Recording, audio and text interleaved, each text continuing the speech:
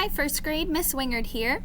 I'm going to show you the game Rolling for 50. This is a fun game that you can play with a partner on Seesaw, and the only thing that you need is a dot die.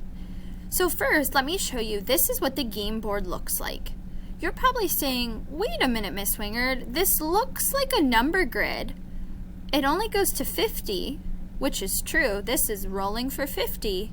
But I also see these arrows. What are those all about?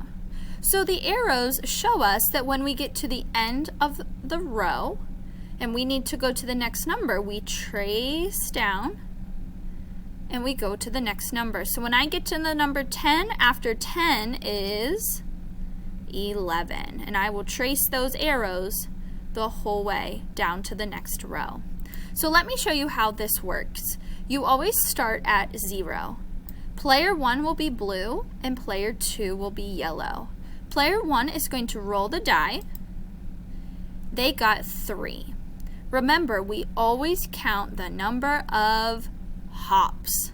So they got 3, but they're not going to move 3 yet. So roll, they got 3, and the number of spaces, it says 5 up. So let's count the hops together.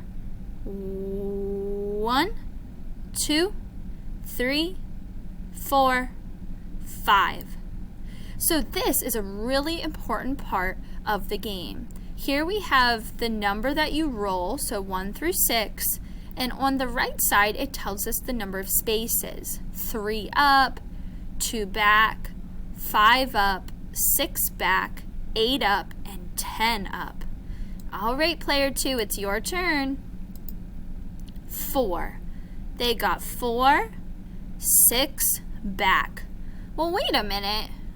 Player 2 can't go back, so they're just going to stay right where they're at. Player 1's turn. 1, 3 up. 1, 2, 3. Player 2. 4, 6 back. Sorry, player 2, you are at 0. 4, 6 back. 1, 2, 3, 4, 5, 6. So this is a fun game. It's a challenging game that will take time. Your goal is to be the first person to get to 50 or past 50. So you do not have to get 50 exactly. We hope that you enjoy playing Rolling for 50.